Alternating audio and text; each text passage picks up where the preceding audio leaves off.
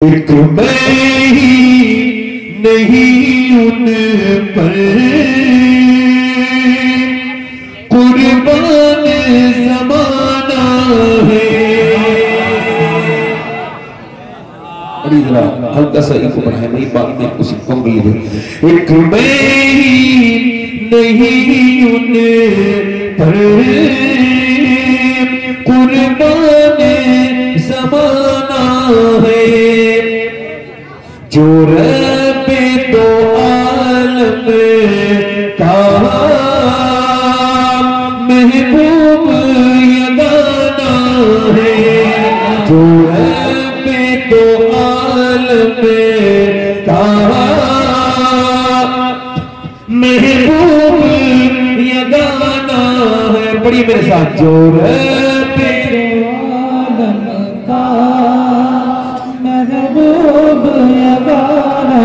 جو رب تو عالم کا محبوب یگانہ، قلب سے ہمیں جس نے خود پار لگانا ہے، قلب سے ہمیں جس نے خود پار لگانا ہے. زہرا کا وہ بابا ہے، حسنین کا دانا، زہرا کا وہ بابا ہے، حسنین کا دانا. ایک بار میرے ساتھ ہو، ایک شعر اور پڑھوں گا تاکہ آپ جانیں میری طرف جو آنے دل جائیں. ایک شعر اور پڑھوں گا، بس دل لگا کے پڑھو. زہرا کا وہ بابا ہے، گناہ معاف ہوں گے، پڑھو. زہرا کا وہ بھول جاؤ گاؤں میں بیٹھے ہو، یہ سمجھے حضور کی بارگاہ میں بیٹھے ہو مدینے میں. پڑھو. زہرا کا وہ بابا ہے، حسنین کا دانا. دو دروازوں سے کبھی سائل یعنی بھکاری خالی نہیں گیا. ایک دروازہ تو حضور کا ہے اور ایک حضور کی بیٹی سیدہ فاطمہ کا دروازہ. ایک سائل آگے کہتا ہے، یا رسول اللہ میں آپ کے دروازے پہ آیا ہوں، میں بھکاری نہیں ہوں، میرے کام میں نقصان ہو گیا، میرے بچے 2 دن سے بھوکے ہیں. حضور کہیں اور جاؤں گا تو عزت خراب ہو جائے گی، کسی اور کے سامنے جاؤں گا تو عزت، مگر حضور آپ کے دروازے کی شان یہ ہے کہ آپ کے بھکاری کی عزت گھٹتی نہیں ہے اور بڑھ جاتی ہے. امام کہتا ہے اور جتنے سہارے ہیں گرا دیتے ہیں، عزت نفس بڑھاتا ہے سہارا تیرا. یا رسول اللہ کچھ عطا کریں. فرمایا حضور نے میرے اس وقت میرے گھر میں کچھ نہیں، پڑوس میں میری بیٹی کے گھر سے لے لو. حالانکہ سرکار کے گھر میں سب کچھ ہے، کون سی ایسی نعمت ہے جو حضور کے پاس نہیں. مگر سرکار نے فرمایا ظاہری طور سے پڑوس میں میری بیٹی کا گھر ہے. وہ گیا جا کے بولا، اے سیدہ عطا کر دیں، میرے بچے بھوکے ہیں، میں آپ کے والد کی وجہ سے آیا ہوں. تو خاتون جنت کے پاس ایک ہی کپڑا تھا جس پہ آپ نماز پڑھتی تھی، اسی پہ حسنین کریمین دونوں لیٹے تھے. حسن کو اٹھا کے آپ نے زمین میں ڈالا، حسین کو اٹھا کے زمین میں ڈالا، اور وہ کپڑا اٹھا کے کہا یہ لے جا، یہ نبی کی بیٹی کے پاس ایک ہی کپڑا ہے، اس کے علاوہ کوئی کپڑا نہیں، جا اپنے بچوں کا پیٹ بھر لے.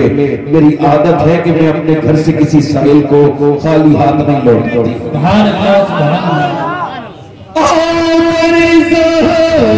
راہ پر پھیلائے ہوئے دامن،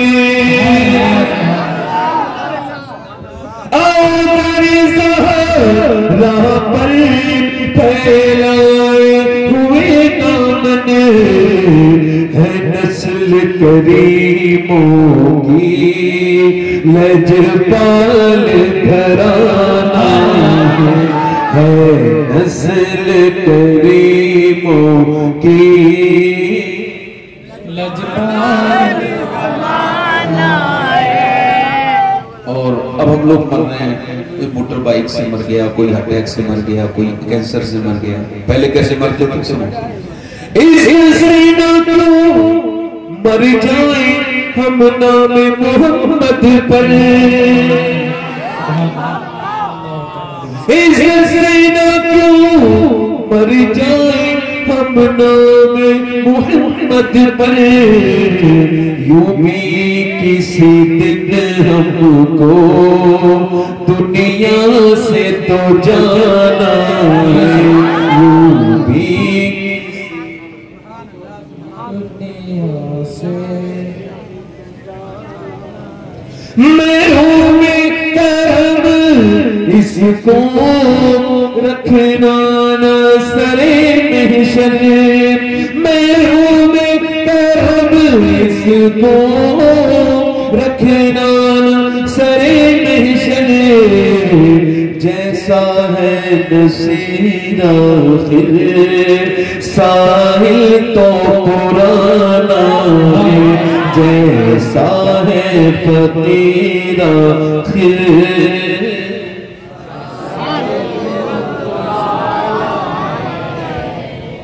اللہ فرماتا ہے لئن شکرتم لا ازیدنکم، تم میرا شکر کرو میں تمہاری نعمتوں کو ڈبل کر دوں گا۔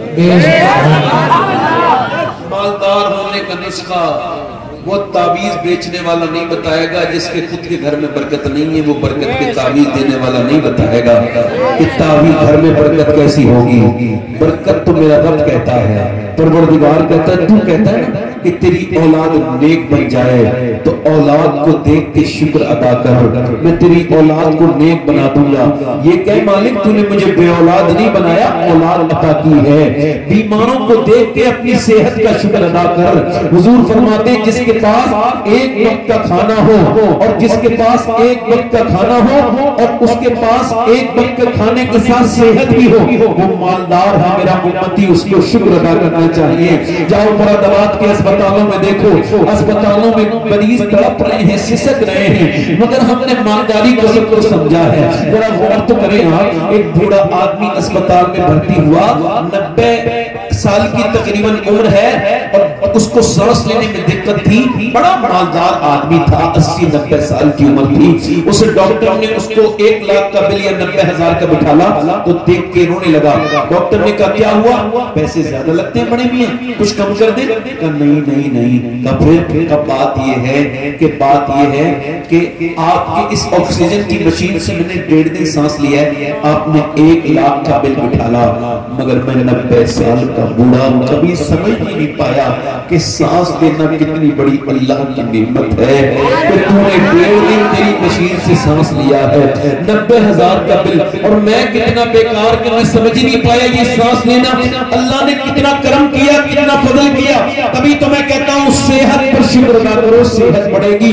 دولت پر شکر ادا کرو، اللہ فرماتا ہے میں بڑھاؤں گا، وہ بڑھائے گا۔ شکر ادا کرو، اچھا نعمتیں ملیں تو شکر ادا کرو۔ تو بتاؤ جس کے صدقے میں ساری نعمتیں ملی ہیں، جب وہ نبی جس دن ہمیں ملا ہے تو شکر ادا نہ کرے۔ ربیع الاول کو حضوری کو تھوڑا کم کر کے آواز بڑھائیں، ربیع الاول کو حضور آئے، کہاں پہ آئے؟ تو خوشی کس نے منائی؟ حضرت عبد المطلب نے، سیدہ آمنہ نے۔ جو کہنا ہے میری بات بڑی خاص بات کر رہا ہوں، میں کسی کا کوئی رد ود نہیں کرتا مگر چھوڑتا بھی نہیں، ایسے نہیں کرتا جیسے اور لوگ کرتے ہیں، مگر میرا اپنا طریقہ الگ ہے۔ سنیے بھائی، جس کے گھر میں بچہ ہوتا ہے وہ خوشی، دادا خوش ہو جاتا ہے نا؟ آپ بتائیں، دادا خوش، باپ، امی، ابا، بہنیں، بھائی۔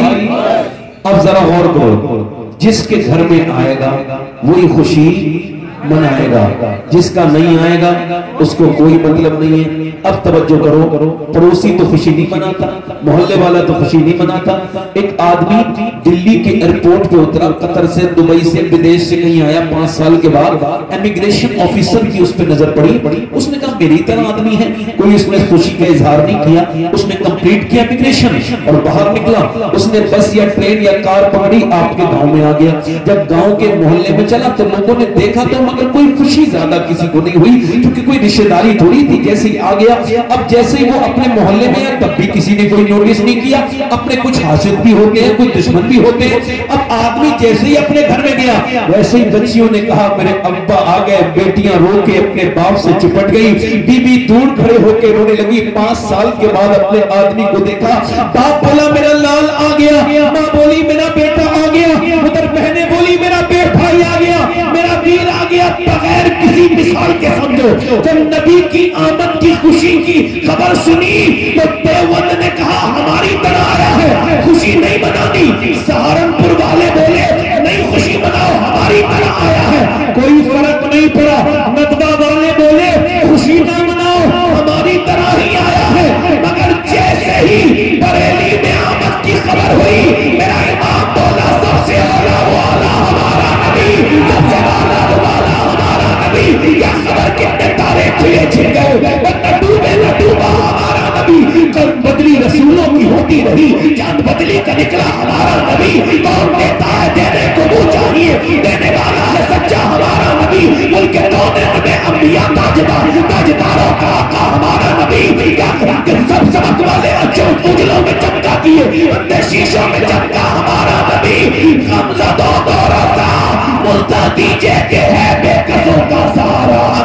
نعرہ تکبیر, نعرہ رسالت, مسلک اعلیٰ حضرت, نعرہ غوثیت.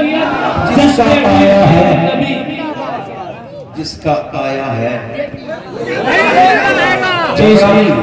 جھگڑا بحث جس کا آیا ہے, جس کا آیا ہے. اچھا کسی ایک بڑے بیکار سے گنہگار انسان کو پکڑ کے کہو آج کے دن تیرے نبی تشریف لائے تھے, تو اس کے دل کو کیا محسوس ہوگا؟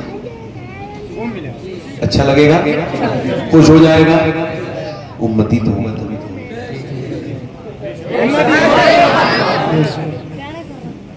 ایک بات اور کر رہا ہوں سنو. سیدہ آمنہ والی بات میں ان کی کتابوں سے ثابت کر سکتا ہوں کہ جھنڈے گاڑے گئے حضور کی پیدائش میں. یار آدم بھی آئے مگر کوئی جھنڈا نہیں آئے. عیسیٰ بھی پیدا ہوئے کوئی جھنڈا جبرائیل لے کے.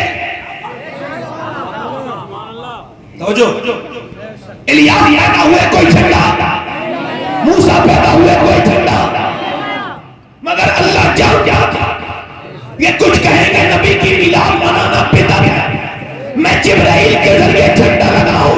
جب وہ کہیں بدعت ہے تم کہنا جبرائیل کی سنت ہے.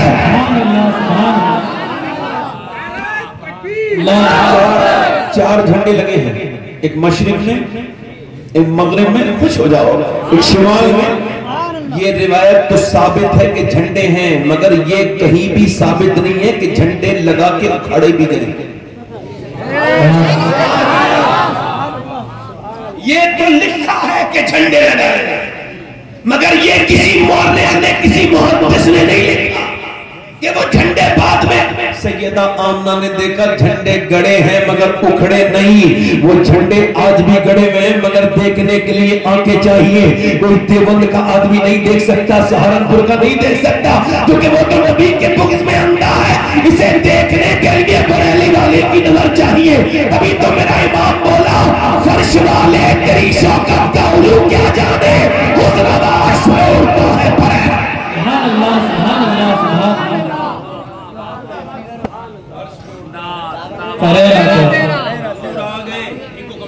حضور آواز بڑھاؤ, مائک بہت اچھا ہے. ویسے میں تو کسی مائک کی بڑھائی نہیں کرتا کبھی, کیونکہ اللہ نے مجھے مائک بڑا اچھا دیا اپنا پرسنل. کچھ لوگوں کے مائک ہلکے ہوتے ہیں نا, تو وہ ان والے مائک پہ غصہ اتارتے ہیں. میں ایسا نہیں, اللہ کی نعمت ہے, شکر ادا کرتا ہوں. بات سنیں, حضور آ گئے, بولو خوشیاں کس نے منائی ہیں؟ بولو تو سبحان اللہ, آپ کو سلامت رکھے. اگر کوئی آنے والے کے آنے کو یاد رکھے اور وہ جو لایا تھا اس کو بھول جائے تو سوال ہے کہ نہیں؟ بولو بھائی, کوئی یہ سمجھے کہ بھئی میں ایک شخص آیا ہے, بولا صاحب میں آیا ہوں, بڑی بڑی خوشی. کہاں سے آئے ہو؟ کہا میں آپ کے پیر صاحب کی طرف سے آیا ہوں. کیا لے کے آئے؟ کہ یہ ایک خط ہے. تو پیر صاحب کی طرف سے آنے والے کو یاد رکھا, اس کے خط کو مثال کے طور پر حضور آنے سے فرق کیا پڑا؟ میری تقریر کا عنوان یہی ہے آج کل، حضور کے آنے سے فرق کیا ہوا ہے؟ توجہ کریں، فرق یہ ہوا ہے کہ ابو ذر غفاری کہتے ہیں کہ میں جب اسلام نہیں لایا تھا تو لوگ میرے نام سے اپنے غلاموں کو ڈراتے تھے اور کہتے تھے یا تو مجھے پریشان نہ کرو، غلام جو ہوتے تھے نا پہلے، غلام کام کرنے والے مزدور کہہ دیجئے، ان سے کہتے تھے یا تو کام ٹھیک سے کرو یا تمہیں ویسے ہی ماریں گے جیسے ابو ذر غفاری اپنے غلاموں کو مارتا ہے۔ اس کو ذرا سمجھیے، اس حدیث سے آپ کو ہلکا سا بات واضح ہوگی، ہو جائے دل لگ رہا آپ لوگوں نہیں لگ رہا؟ کتنے لوگوں کو لگ رہا ہے؟ ماشاءاللہ سب، جس کا دل ہے اس کا لگ رہا ہے، چونکہ دل ہے ہی حضور کے لیے، سر بنایا گیا بندگی کے لیے، دل بنایا گیا عاشقی کے لیے، حضور سے محبت کے لیے بنایا گیا ہے۔ یاد رکھو دل کہیں اور نہ دینا، ورنہ دل کی قیمت کوئی نہیں جانتا۔ آج تک جس نے جسے بھی دل دیا دل ٹوٹا ضرور ہے، ایک مدینے والی سرکار ہے جسے بھی وہ جو بھی اس کو دل دیتا ہے توڑتا نہیں ہے بلکہ جو ٹوٹے ہوئے کو جوڑ دیتا ہے۔ سرکار کا کوئی مجنو نہیں ملے گا، باقی تو مجنو پاگل تو آپ کو کتنے ملیں گے۔ ہر محلے کے نکڑ پر ایسا نفسیاتی مریض ملے گا جس نے اپنی نفسیاتی خواہش کا نام محبت رکھ لیا ہے۔ محبت نفس کی خواہش کا نام نہیں، محبت وہ ہے جو دلوں میں اترتی ہے اور محبوب کی یاد میں تڑپاتی ہے اور محبوب کے دن رات اپنے عاشق کو سونے نہیں دیتی، وہی تو محبت ہے کہ حضور سے کی جائے۔ خدا کی قسم وہ محبت جسے غالب نے کہا تھا عشق نے غالب نکما کر دیا، ورنہ ہم بھی آدمی تھے کام کے، وہ غالب بے وقوف تھا جو اس نے یہ بات کہی۔ میرے امام نے کہا او غالب تیرا دماغ ٹھیک ہے؟ یہ کیا بکتا ہے کہ عشق نے غالب نکما کر دیا، ورنہ ہم بھی آدمی تھے کام کے۔ میرا امام بولا اے عشق تیرے صدقے جلنے سے چھٹے سستے، جو آگ بجھا دے گی وہ آگ لگائی ہے۔ حضور کی محبت جہنم کی آگ ہے۔ آپ کے سمجھ میں آ رہی میری بات؟ نہیں آ رہی؟ آپ میری بات سمجھ رہے ہیں؟ میری بات آپ کے سمجھ میں آ رہی؟ توجہ ہے آپ کی نہیں؟ ادھر دیکھیں، ابو ذر غفاری کیا نام ہے؟ کہتے ہیں میرے غلاموں کو میں ایسا مارتا توڑتا تھا، ان پہ ایسا ظلم کرتا۔ مولانا اکبر صاحب، اشرف صاحب راجستھان میں ادھر دیکھیں، ویسے تو ہندوستان کا کوئی ایسا مسلمانوں کا شہر باقی نہیں ہے جہاں میری میں مطلب وہاں خدمت کرنے نہیں گیا، جھاڑو لگانے نہیں گیا۔ لوگ گھروں میں جھاڑو لگاتے ہیں، میں دلوں میں جھاڑو لگاتا ہوں۔ ابو ذر غفاری کہتے ہیں کہ میرے قبیلے میری مارنے توڑنے کو لوگ مشہور کر دیا تھا۔ کہتے ہیں میں حضور کی بارگاہ میں گیا، جب میں نے سرکار کو دیکھا کلمہ پڑھا، توجہ کریں، مسلمان ہو گیا، توجہ کرو، مسلمان ہو گیا۔ کہتے جب مسلمان ہوا حضور نے کلمہ پڑھایا، پھر میں واپس جانے لگا نا، سرکار نے فرمایا سنو ابو ذر، کہتے میں کانپ گیا، میں نثار تیرے کلام پر ملی یوں تو کس کو زبان نہیں، وہ سخن ہے جس کا سخن نہ ہو، وہ بیان ہے جس کا بیان نہیں۔ میرے امام کہتا ہے اچھا حضور نے آواز دی ابو ذر رکو، میں نے حضور کی طرف دیکھا، سرکار نے فرمایا جا رہے ہو؟ جی یا رسول اللہ۔ کہا ایک بات یاد رکھنا، اپنے غلاموں پر رحم کرنا۔ تو حضور نے بات تو ہلکے سے کہی تھی مگر میرے سینے کا اٹھان آنکھوں کے ذریعے آیا اور میں پھوٹ پھوٹ کے رونے لگا۔ وہ کہتے ہیں مدینے میں جب واپس جاتا تھا اپنے قبیلے، تو جب میں نے جا کر کے اپنے غلاموں کی دعوت کی، اور جب دعوت کی لوگوں نے میرے گھر والوں کس کی دعوت کر رہے ہو؟ غلاموں کی۔ وہ میرے بدلے تیور دیکھ کے میرے گھر والے بھی حیرت میں تھے۔ غلام آگے بیٹھ گئے، ایک بوڑھا غلام کھانے کے سامنے کھڑا ہوا بیٹھا ہوا کانپ رہا تھا۔ میں نے کہا کھاؤ، کانپتے کیوں ہو؟ وہ پھوٹ کے رویا، کہنے لگا تجھ کو جو مارنا ہے ایسی مار لے، تو کھانا کھلا کے مارے گا، میں اب مار تیری برداشت نہیں کر سکتا۔ کہتے ہیں وہ بوڑھا تھا، داڑھی اس کی سفید تھی، ہاتھ جوڑ کے بولا میں تیرا کھانا نہیں کھاؤں گا تو پھر مجھے مارے گا۔ تو کہ میری جو پیٹھ پہ زخم ہے وہ آج بھی تیری مار کے ہیں۔ حضرت سیدنا ابو ذر غفاری کہتے ہیں میں کھانا چھوڑ کے آگے بڑھا، اس کے ہاتھ چومے، اس کی پیشانی چومی، اپنے غلاموں سے جا کر کے کہتا ہوں مجھے معاف کر دو۔ غلام بولے آقا تم کو کیا ہوا ہے؟ کہ مدینے والے مصطفیٰ کا دامن ہاتھ میں آ گیا ہے۔ نبی نے فرمایا اپنے غلاموں کا خیال رکھنا، اور حضور کو پتا تھا۔ وہ غلام بولے ابو ذر تو ہمیں ہم تجھے معاف بعد میں کریں گے، پہلے ہمیں لے کے چل اور اللہ کے لال کے ہاتھ میں کلمہ پڑھا کے مسلمان بنا دے، جب تیری اندر ایک ملاقات ہے۔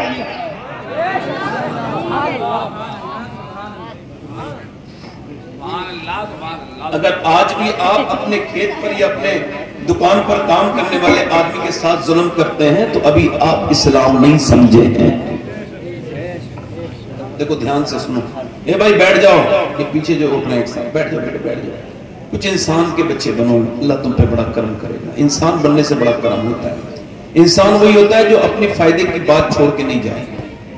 دیکھو میں کوئی آپ سے فالتو بات تو نہیں کی میں نے بھی، انشاءاللہ کروں گا بھی نہیں، چونکہ اللہ کو منہ دکھانے میں ہنساتا نہیں، اور میں نے قرآن سے رونا سیکھا ہے، ہنسنا نہیں سیکھا۔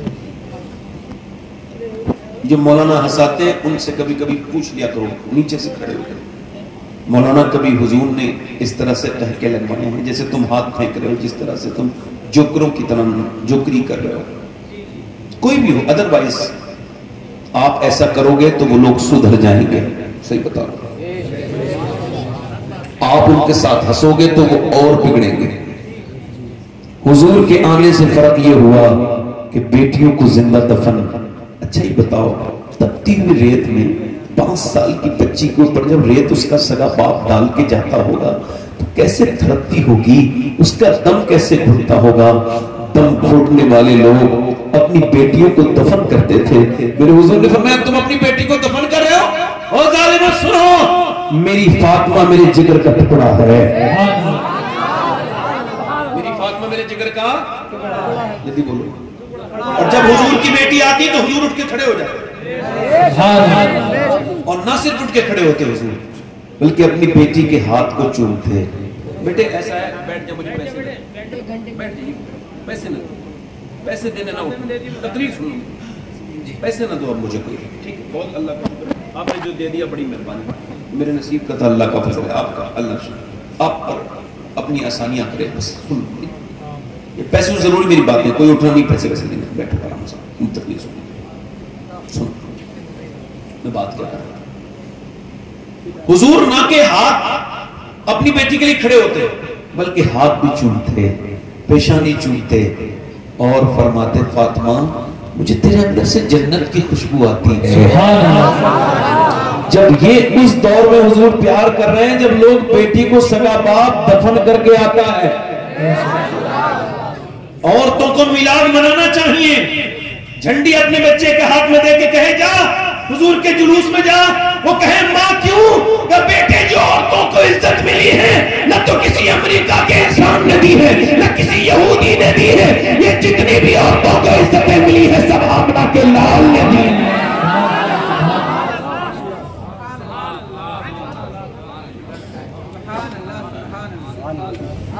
لڑکیوں پر رحم کیا، بیٹیوں پر رحم کیا، فرمایا جو اپنی بیٹیوں سے محبت کرے قیامت کے دن ایسے ہوگا جیسی میری ایک انگلی دوسری انگلی کے ساتھ ہے۔ یہ حضور نے فرمایا اب سنو ذرا میری بات پہ دھیان دینا، اللہ تعالیٰ آپ پر فضل کرے۔